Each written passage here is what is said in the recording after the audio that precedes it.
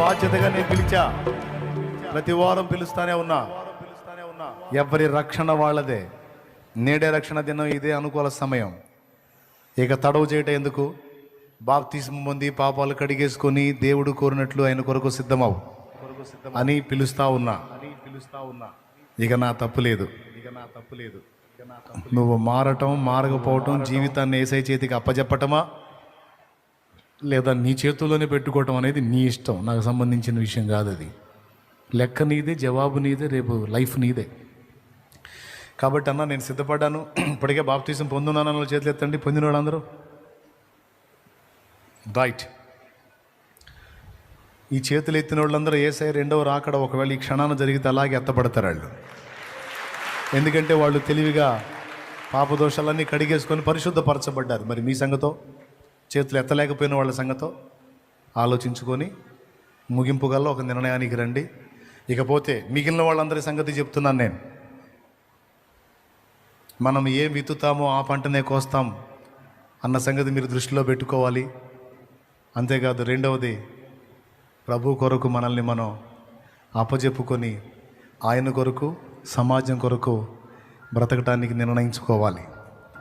భక్తులు కదిలి ముందుకొచ్చి సిద్ధపడితేనే దేవుని బలమైన కార్యాలు సమాజం చూస్తుంది. ఎవరికోళ్ళు తమ స్వార్థానికి బతికేస్తే దేవుని కార్యాలు కుంటు పడతాయి. ఓకే, నీకున్న హోదా, అధికారం, జ్ఞానం, టాలెంట్, డబ్బు, నీ లైఫ్ దేవుని కొరకు, సమాజం కొరకు. లేకపోతే నీ బ్రతుకు అర్థం లేదు. ఒకవేళ ఎంత బతికినా అది మట్టిపోలే. చెవులు గలవాడు సత్యం గ్రహించుగాక. ఆమెన్. ప్రార్థన. తలలో వంచి కళ్ళు మూయండి. మీరందరూ లేచి వెళ్ళిపోండి రక్షణకి. మారు మనసు అక్కరలేని 99 నీతిమంతుల కంటే మారు మనసు పొందు ఒక్క పాపి విషయమే పరలోకంలో ఎక్కువ సంతోషం కలుగుతుందని రాయబడి ఉంది. అనేక మంది రక్షణకు సిద్ధపడి ఉండి పదండ్ర తల్లి వెళ్ళిపోండి. బాప్తిస్మానికి సిద్ధపడ్డాడు, వెళ్ళిపోండి. నీళ్ళ దగ్గరికి వెళ్ళిపోవాలి త్వరగా. మిగిలిన వాళ్ళు తలలు వంచి కళ్ళు మూసి ఒక తీర్మానం చేయండి. ఈ మాటలు పోనీయొద్దు, నిర్లక్ష్యం చేయొద్దు, జాగ్రత్త పడాలి. నువ్వు ఎదుర్కొంటున్న బాధలు, ఇరుకులు, ఇబ్బందులు, సమస్యలు, శోధనలు, కష్టాలు, కన్నీళ్లు మొత్తం యేసయ్యకి తెలుసు. వాటన్నిటి నుండి నీ విడుదల పొందడం ఖాయం. నా దేవుడు తప్పకుండా జోక్యం చేసుకుంటాడు. అయితే దానికి ముందు నీ జీవితాన్ని ఆయన చేతికి అప్పచెప్పి నీ జీవితాన్ని సార్థకం చేసుకో. ఇప్పటిదాకా టైం చాలా వేస్ట్ అయింది, ఇక వేస్ట్ కానియొద్దు. ప్రభు కొరకు నిలవాలి, ప్రభు కొరకు గెలవాలి, ప్రభు కొరకు సాధించాలి, ప్రభు కొరకు ఫలించాలి. భక్తుల గురించి చెప్పా, వాళ్ళు ముందుకు రాకపోతే ఐగుప్తులో ఉన్న వాళ్ళు ఐగుప్తులోనే అయిపోయేవాళ్ళ. బబులోను సంస్థానంలో ఇశ్రాయేల్ జనాంగం అందులో అవుట్ అయ్యేవాళ్ళ. మోషే వచ్చి వాళ్ళని అక్కడ సేవ్ చేశాడు, ఎస్తేర్ వచ్చి ఇక్కడ సేవ్ చేసి ఫిలిస్తీన్ల చేతులు ఇశ్రాయేల్ హతం కాకుండానట్లు దావీదు ఎంట్రై గొల్లియాతును గోలగొట్టి జయం తీసుకొచ్చాడు. అలా భక్తులు నడుం గట్టి ముందుకు రాకపోతే దేవుని బలమైన కార్యాలు చూడలేవు. సిద్ధపడండి. ప్రభు కృప మనందరికీ తోడై ఉండును గాక. ఆమేన్. క్లుప్త ప్రార్థన చేనా. పరిశుద్ధుడైన దేవ, ప్రేమగల తండ్రి, నీకు వందనాలు, స్తోత్రాలు చెల్లిస్తున్నాం. ఈ రెండో నైనా కూటికలోనైనా నీ దాసుని నిలబెట్టుకుని మాతో స్పష్టంగా సూటిగా తేట మాట్లాడేవు నైనా, నీకు వందనాలు, స్తోత్రాలు. మనుషుడా, ఏమి విత్తుతావో అదే పంటను కోస్తావని నీవు మాట్లాడి ఉన్నావు తండ్రి, నీకు వందనాలు, స్తోత్రాలయ్యా. మొదటగా దోషక్రియలు క్షమించి ఇదిగోనైనా వాటిని వదిలిపెట్టమన్నావు. మనసాక్షి నేరారోపణ చేసిన వాటిని తొలగించుకోమని మాతో మాట్లాడి ఉన్నావు తండ్రి, నీకు స్తోత్రాలు చెల్లిస్తున్నాం దేవా. అలాగే నైనా ప్రేమ అనే విత్తనం వేసినైనా అనేక మందిని ప్రభువా, సమాజంలో ఉన్నటువంటి ప్రజలకి ప్రేమను పంచి అయ్యా దేవుని రాజ్యం కొరకు అనేక మందిని పట్టుకోవాలని నువ్వు మాట్లాడిన విధానం కొరకే స్తోత్రాలు చెల్లిస్తున్నాం ప్రభువా. నీకు నిండు వందనాలు చెల్లిస్తున్నాం దేవా.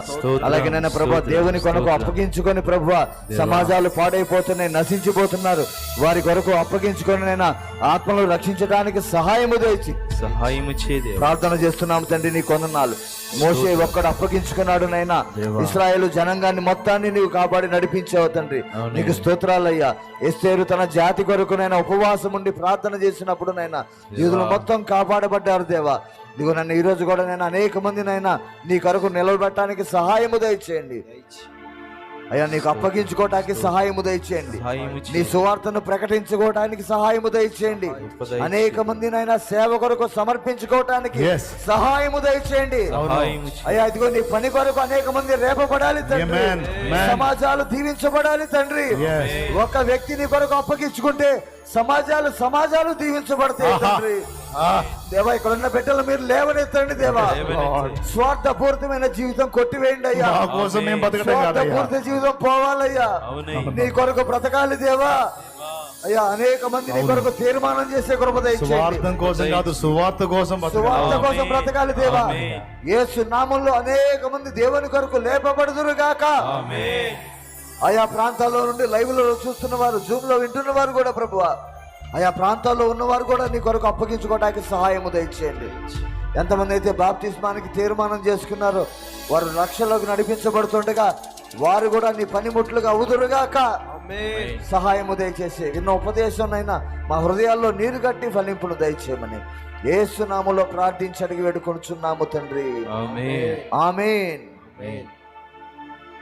పరలోకమందున్న మా తండ్రి, నీ నామం పరిశుద్ధపరచబడుగాక. నీ రాజ్యం మాకు వచ్చునుగాక. నీ చిత్తం పరలోకమందు నెరవేర్చున్నట్లు భూమి ఎందును నెరవేరునుగాక.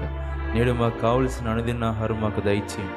మా పట్ల అపరాధము చేసిన వారిని మేము క్షమించిన ప్రకారం మీరు మా అపరాధాలు క్షమించండి. మమ్మల్ని శోధనలోకి తేక దుష్టు నుంచి తప్పించండి, కీడు నుంచి రక్షించండి. ఎందుచేతనగా రాజ్యము, బలము, మహిమ, శక్తి సర్వము నిరంతరము నీవై ఉన్నావు తండ్రి. ఆమేన్. ఆమేన్. పరిశుద్ధ ప్రభువా, మా ఎదుట నిలిచినటువంటి బిడ్డల్లో ఎవరెవరు ఏ శ్రమలో, శోధనలో, బాధల్లో, వ్యాధుల్లో అల్లాడుతున్నారో నజరేయుడగు యేసు నామంలో బిడ్డలకి విడుదల ప్రకటిస్తున్నారు.